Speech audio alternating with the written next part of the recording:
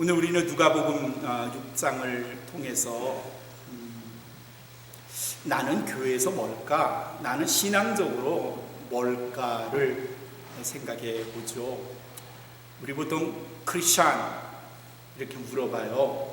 그럴 때는 보통 종교를 이야기하는 걸로 우리는 국한하죠. 당신 교회 나가세요? 그러면은 예, 나는 크리스찬이에요. 그냥 다른 말로 성도요. 교인이라는 말도 사용해요. 그렇죠? 교인. 근데 뭐 교인이라는 말은 좀 포괄적 의미에서 불교도도 물론 좀 다르게 부르긴 하지만 아니면 다른 종교를 믿는 사람들도 교인이라는 통칭을 쓰는 데는 나쁠 건 없고 이상한 말은 아니고요. 교회에서는 또 제자라는 말을 참 많이 씁니다. 제자반, 제자반 성경 공부, 제자에 대해서 꽤 많이 사용해요. 근데 사도라는 말을 사용하는데 좀 조심스러워해요. 그 이유는 한동안 신사도 운동이 일어났는데 그게 한쪽에서는 이단화돼서 교회의 걱정, 근심거리가 된 일이 있었기 때문에 괜히 사도운동, 사도화 이런 얘기하면 조금 이상한 눈으로 바라볼 수도 있기 때문에 사도라는 말을 쓰는 데는 조금 조심합니다. 사도는 뭐고 제자는 뭘까? 왜 다른 걸까? 사도라는 말은 우리가 쓰면 안 되는가? 이런 생각을 해보면서 오늘 우리가 읽은 누가복음 6장 12절 13절부터 그 이후에 있는 말씀을 봅니다.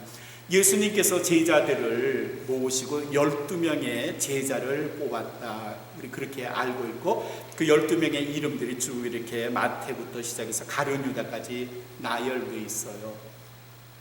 오늘 본문을 한번 좀 훑어보죠. 12절 말씀에 예수님께서 산에 올라가 기도를 하셨는데 밤이 맞도록, 그러니까 새벽이 다 될 때까지 기도했어요. 이건 예수님의 어떤 늘 습관적으로 하시는 기도의 모습이죠. 근데 아마 이날은 더 특별하게 기도를 하셨던 것 같아요. 13절에 밝음에, 그러니까 동력이 이제 동이 튼 거예요. 밝음에 예수님께서 그 제자들을 부르셨대요. 그러니까 근데 그 제자들을 부르셨고 이어지는 말씀은 그 중에서 몇 명을? 12명을 세우셨어요. 12명을 뽑았어요. 그래서 그들에게, 그 12명에게 또 다른 명칭을 줬는데 그 또 다른 명칭이 뭔가 하면 사도예요. 사도. 자, 다시 생각해보죠.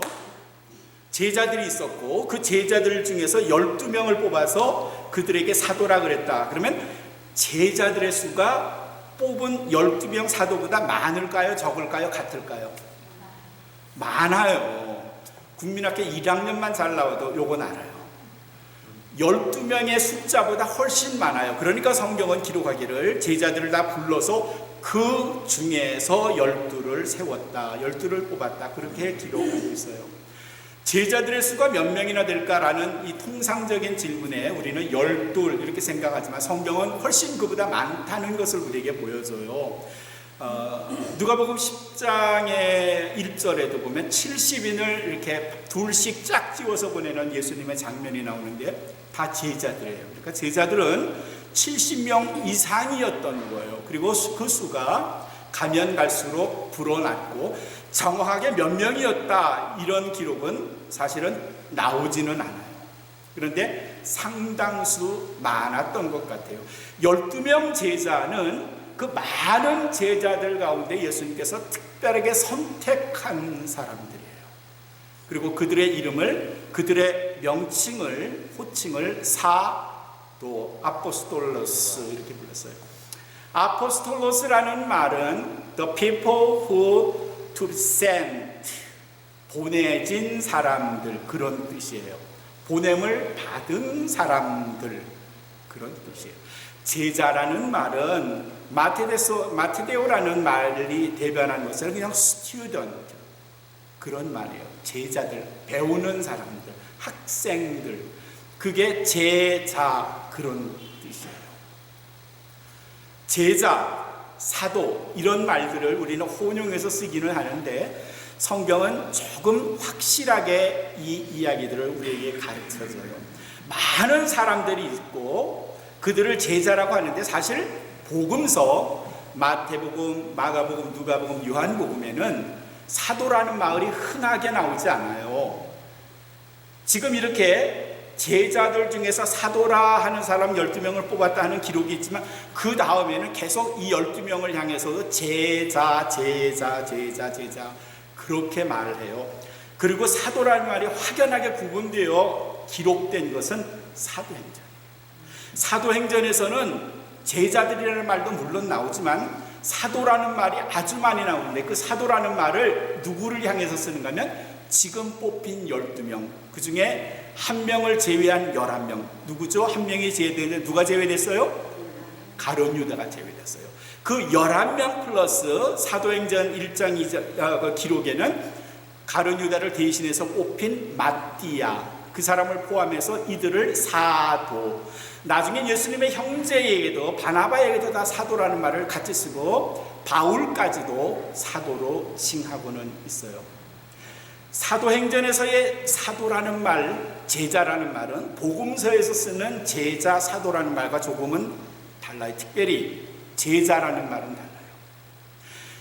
복음서에서의 제자는 예수님과 함께 있던 사람들, 예수님을 따라다니는 사람들, 이들을 제자 그렇게 말했고요. 그리고 거기에는 예수님의 제자들까지도 포함되어 있어요. 12명까지도 다 포함되어 있어요. 근데 사도행전에서는 이 12명을 갈라놨고 그들을 사도로 완전하게 구분해서 말해요. 근데 왜 그랬을까? 왜 그렇게 구분했을까? 이유가 있어요. 그 이유가 뭔가면 예수님이 그들을 사도라고 칭했지만 복음서에서 등장하는 베드로부터 시작해가지고 가룟 유다는 사도의 모습으로, 사도의 이름으로 일한 것 혹은 예수님과 함께 있었던 것, 그것보다는 여전히 제자의 모습에 머물러 있었다. 그들의 신앙이, 그들이 하는 그들의 믿음의 깊이가 여전히 제자의 깊이밖에 안 됐어요.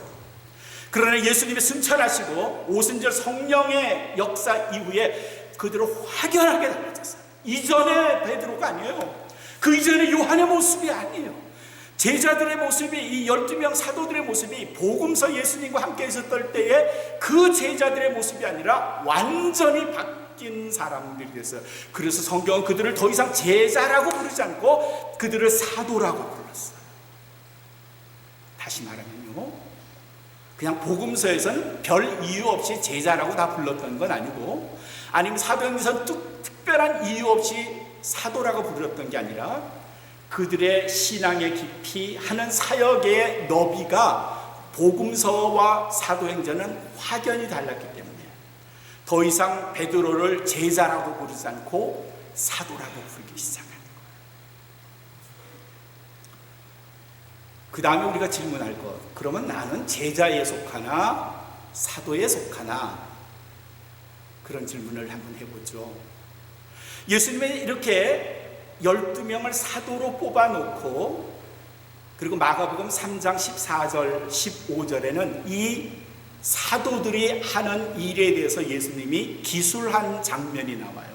예수님께서 마가복음 3장 14절 15절에서 이 사도들이 해야 할 일을 이렇게 말씀하셨어요.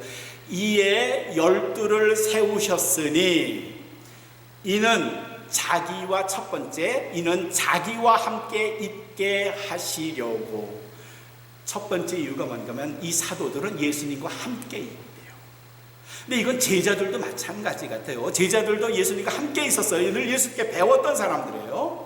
그러면 이거는 첫 번째 예수님과 함께 있게 하려고 하는 건 좀 제자와 비슷하네요. 근데 두 번째는 달라요. 두 번째는 또 보내어 전도를 하며 그랬어요. 두 번째는 달라요. 두 번째는 보낸 거예요. 예수님이 그들을 파송한 거예요. 그들을 예수님의 특별한 목적을 위해서 보냈어요. 그래서 전도를 하며, 세 번째는 귀신을 내어 쫓는 권세도 있게 하려 하십니다. 그랬어요. 예수님의 권세를 다른 사람에게 드러내는 거예요. 그 권세는 어디서 오는가 하면 예수님으로부터 오는 능력이에요. 예수의 이름으로 받는 능력을 세상에 드러내게 하기 위해서 예수님은 12명을 구분해서 사도로 칭하셨다. 그런 내용이에요. 나는 제자인가 사도인가? 나는 제자의 역할을 하고 있나? 아니면 사도의 역을 잘 하고 있나? 나는 어떤 그리스도인인가? 자기 스스로에게 한번 물어보면 어떠시겠어요? 아니면 나는 아무것도 아닌가? 아니면 그럼 나는 뭐가 돼야 될까? 나는 어떤 사람이 돼야 될까? 예수님이 12명 사도를 뽑아 놓으시고 아마 세평들이 있었을 거예요. 신문사에서 텔레비전에서 야, 나사렛 예수 그리스도 12명을 뽑아서 사도라고 했는데 그 뽑힌 12명을 한번 볼까? 요새 같으면 뭐 인터넷 검색하면 그 사람의 배경, 백그라운드 쭉 나오죠. 형편도 없는 거야. 뭐 베드로를 비롯해서 안드레, 뭐 요한, 무식하고 고집스럽고 퉁명스럽고 매너 빵점이고 바닥이고 어부 출신들이잖아. 백그라운드, 인척, 재산 없고 이제 무식하기가 이를 데 없고 예의 매너 정말 바가지야 바가지. 이런 사람들이에요. 게다가 의심 많은 사람들도 있고요, 고집투성인 사람들도 있고요. 그 중에 하나 좀 빼어난 사람이 있어요. 계산자라고 논리적이고 이성적이고 뭐 이런 사람 하나 있어요. 가룟 출신의 유다를 빼놓고는 다들 형편없어요. 세상 사람들이 그랬을 거예요. 매스컴에서 그렇게 말했다. 12명이 뭐 이래? 아마 예수님 그 말 듣고 실망 안 하셨겠어요? 그 세평을 듣고 세상 사람들이 하는 이야기 듣고 내가 잘못 뽑았나? 이런 생각 안 하셨겠어요? 근데 말이죠, 이 12명이 가룟 유다를 빼고요, 마띠아가 들어갔고요, 이 12명이요, 이 무식하고 못나고 매너 없고 백그라운드 없고 가진 것 없는 이 사람들이 세상을 변화시켰어요. 역사를 변화시켰어요. 그 사람들 때문에 우리가 그리스도인이 됐고요, 제가 목사가 됐고, 그 못난 사람들 때문에, 그 형편없는 사람들 때문에 우리 가정이 그리스도를 알고요, 그리고 구원의 확신을 갖게 됩니다. 놀라운 일이잖아요. 하나님이 보시는 것, 우리가 생각하는 것, 우리가 보는 것과는 사뭇 다른 것을 보고 계세요. 이사야서 6장 8절에 이사야가 천상회의에 참석하는 게 나와요. 천상회의를 그가 환상 속에서 본 거예요. 하나님이 걱정하셨어요. 저 근심 많은 사람들, 저 사람들을 구원해야 될 텐데, 저들에게 내 말을 좀 들려줘야 할 텐데, 내가 누구를 보내며 또 누가 나를 대신해서 갈고. 그 말을 들었던 이사야가 손을 번쩍 들었어요. 내가 여기 있나이다. 나를 보내소서. Here I am. Here I am. Send me. 나를 보내소서. 구약에서 많은 선지자들이 이렇게 하나님으로부터 보냄을 받은 거예요. 오늘 말씀으로 말하면 누가복음 6장 13절로 되시려면 예수님이 그 당시 구약 시대의 사도가 되는 거예요. 아브라함도 하나님께서 보내셨고요, 모세도 보내셨고요, 이사야도 보내셨고요, 요나 선지자도 보내셨고요, 삼손도 보내진 사람이고요, 예레미야도 보내진 사람이고요. 처음에는 그 중에 대부분이 싫어요 손살에 쳤던 사람들을 하나님께서 설득시키시고 하나님의 능력으로 그들을 변화시켜서 하나님을 대신하여 보내진 사람들, 그리고 하나님의 일을 감당한 사람들이에요. 다른 말로 하면 사도들이에요. 그 못난 12명의 사도들이, 그 형편없는 무식한 고집쟁이들이, 그 의심 많은 사람들이 초대교회의 성도들을 변화시켰고요,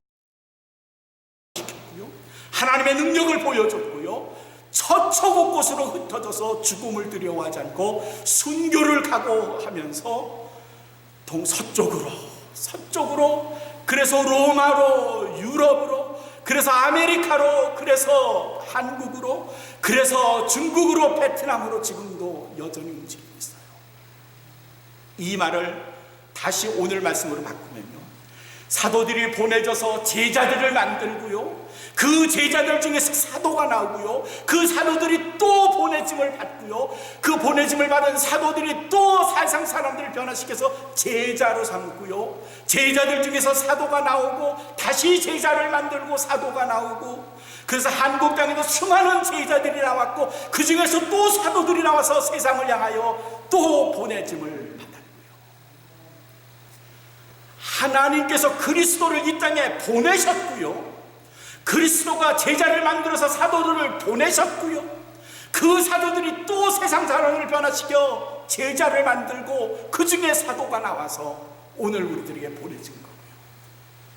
오늘 우리들은 성경에 있는 제자, 사도 이런 말을 쓰진 않지만, 그러나 그 성격상 우리 모두는 예수님의 제자들이고요, 우린 또한 때때로 사도의 역할을 감당해요.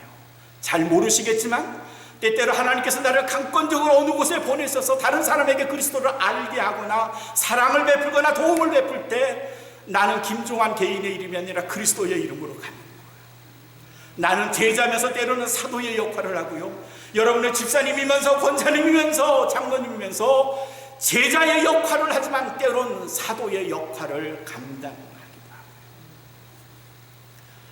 한국 기독교 역사상 가장 구령 열정에 뛰어났던 한 분을 꼽으라면 한국 기독교 역사를 아는 많은 사람들은 최석봉 목사님을 꼽습니다. 별명이 최반석 목사님이에요. 일제시대 때 아마 구한 말에 그가 그리스도를 영접한 듯 보여요. 33살에 예수님을 알게 됐고요, 그리고 44살에 목사가 됐어요. 목사가 되기는 했는데 신학교에서 목사가 되기 위해서 평양신학교에서 공부하는 동안 낙제를 3번이나 했어요. 머리가 나빠서 그럴까요? 아니고, 그건 아니고요, 그가 공부를 안 한 거예요. 왜 공부를 안 했는가 하면 그는 신학교에서 시간만 있으면 밖에 나가서 사람들을 붙들고 그리스도 예수를 전했던 거예요. 가던 사람들을, 장에서 나가는 사람들을 불렀죠. 여보시오, 어디 가시오? 집에 가죠. 그래, 집에 가서 뭐 하시게요? 오늘 자고 내일 또 일하러 나가죠. 그래, 일해서 뭐 하시게요? 뭐 먹고 살아야죠. 그러다가 세월이 흐르면 어떻게 돼요? 공동묘지 가겠죠. 그러면 최석봉 목사님, 공동묘지 말고 하늘나라 갑시다. 아니, 하늘나라를 어떻게 가요? 나하고 잠깐만 이야기를 하죠. 복음을 전해요. 평양 대동강 그 강을 건너는 배 나루터에 자주 나타났어요. 그리고 배를 타고 대동강을 건너서 평양으로 가는 사람들과 이야기를 하죠. 어디 가시오? 강 건너 평양 갔다 오려고요. 선생님, 대동강만 건너지 말고 요단강 건너서 하나님 나라 갑시다. 요단강 건너 천국 갑시다. 나무를 하고 산에서 내려오는 사람을 만났죠. 어이 박서방 어디 가게나? 어디 가나? 아 나무 해가지고 집에 가서 불 떼야죠. 아 이 친구 내가 좀 매주지. 그리고 최석봉 목사님이 그 지게를 메고 같이 걸어가는 거야. 무거운 지게를 푸니 얼마나 이 박서방이 편하겠어요. 최석봉 목사님이 말하죠. 아 이 친구야 무거운 건 내가 대신 져 줄 수 있지만 자네 그 죄의 짐은 어쩌려나? 죄 많이 지어서 죽음의 짐을 져야 할 텐데 그 죽음의 짐을 어쩌려나? 한 번도 생각해보지 못한 질문. 글쎄 어떡하지 이걸? 최석봉 목사님이 마태복음 11장 28절의 말씀을 들려주시죠. 수고하고 무거운 짐 진 자들아 다 내게로 오라. 내가 너희를 쉬게 하리라. 예수님이 자네의 짐을 대신 져주고 자네 죄의 짐을 대신 져주시고 자네 죽음의 짐을 대신 져주십니다. 최석봉 목사님이 이렇게 전도를 하셨어요. 만주에서 15년 동안 전주를 하셔서 30개의 교회를 세우셨고요. 북쪽에서 북한 그 지역에서 12년 동안 하셔서 50개를 하셨고 30개를 교회를 세우셔서 도합 27년 동안에 80개의 교회를 세우셨대요. 시간만 있으면 나가서 전도를 하는 거예요. 자기가 예수님의 제자가 된 것도 기쁜데 그것 가지고는 견뎌낼 수 없는 거예요.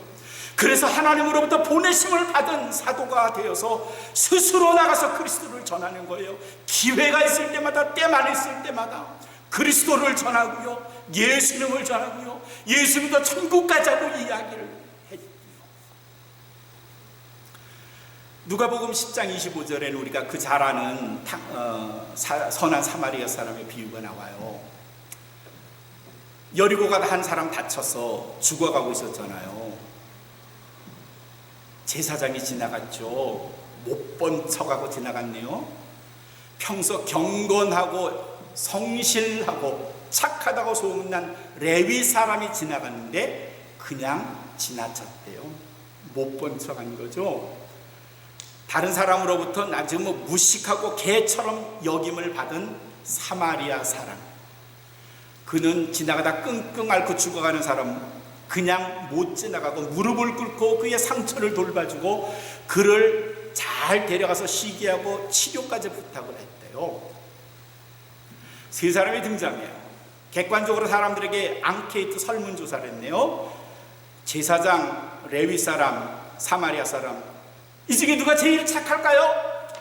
다들 이구동성으로 왜 제사장이 제일 착하고요, 레위 사람도 그에 못 지났지만 레위 사람도 진짜 착하고요. 누가 제일 안 착해요? 아, 사마리아 사람. 그랬을 거예요. 아마도 제사장과 레위 사람은 자기는 하나님이 보내시면 어디든 가고 하나님이 그에게 말씀하시면 무엇이든지 하고 이랬을 거예요. 근데 하나님이 그를 보내시기는 했어요. 레위 사람을 그 아픈 사람 곁에 내보내시긴 했어요. 근데 안 했어요. 보냄을 받았지만 사도의 역할을 하지 않았고요, 제자처럼 살지도 못했어요. 지금 이 땅에 많은 제자들이 있어요. 그 중에 사도의 역할을 하는 사람들도 적지 않이 있을 거고요. 사도가 되고 싶긴 하고 보내심을 받은 사람으로 인정받고 싶은데 마음만 있으면 될까요? 보내졌으면 보내진 몫을 감당하나요? 그리고 우리에게 동일하게 질문하는 거예요. 여러분에게 동일하게 질문하는 거죠. 내가 너희를 보내고 싶은데 갈래? 갈 수 있겠니? 그러면 우리 이사야처럼 대답해요. Here I am. 주여 내가 여기 있사오니 Let me go. 나를 보내소서. 그럼 거기서 내가 시키는 일을 할 수 있겠니? 그러면 우리는 주저요. so. 글쎄요 주님, let me see. 세상 사람들에게 물어봐요. 그리스도인들이 착하니, 넌 크리스천들이 착하니? 그러면 아마 많은 사람들이 그래도 그리스도인들이 좀 더 착하지 않을까? 그 기대가 누가복음 10장에 등장하는 이 선한 사마리아 사람의 비유처럼 똑같이 동일시 된다면 우린 여전히 그냥 제사장이에요. 보냄을 받았는데 레위 사람처럼 그곳에 보내지긴 했는데 역은 감당하지 못하고 여전히 레위 사람처럼 착하다고 인정받고는 싶어 해요. 사도가 중요한 게 아니고요, 사도직을 받는 게 중요한 게 아니고요, 사도의 역할을 하느냐, 사도처럼 사느냐가 중요하죠. 12분의 1 법칙이 있어요. 예수님의 선택한 12명 중에 한 명이 어긋났어요. 가룟 유다. 그는 사도직은 중요하게 생각을 했지만 사도의 역할은 실패한 사람이에요. 그러나 나머지 11명 플러스 알파, 나중에 사도로 된 사람들, 이들이 세상을 변화시키고요, 여전히 이 땅은, 그리고 미래는 이 많은 제자들 가운데서 누군가가 사도가 되어 하나님께 보내심을 받고 하나님의 일을 감당하는 사람들이 될 거예요. 저와 여러분은요, 제자들이에요. 그러나 때때로 나도 모르게 내가 사도의 역할을 하고 있어요. 누군가 어려운 사람을 위해서 기도해주고요, 가서 도와주고요, 복음을 전하고요. 나는 의식하지 못했지만 나는 제자들처럼 예수님과 함께 있고 예수님에게 배우기도 하지만 때론 사도처럼 살고 있어요. 앞으로 우리가 어디로 보내질지 모르고요, 여러분이 누구 곁에 어떻게 되어질지 모르지만 그때 예수님은 여러분을 사도처럼 사용하시길 원하시는데 난 못해요. 말씀하지 마시고 어느 곳에 하나님이 보내셔도 뽑혀진 사도, 선택된 쓰임받는 사람처럼 사도의 역할을 잘 감당하셔서 하나님께서 기뻐하시고 하나님의 은혜를 충만케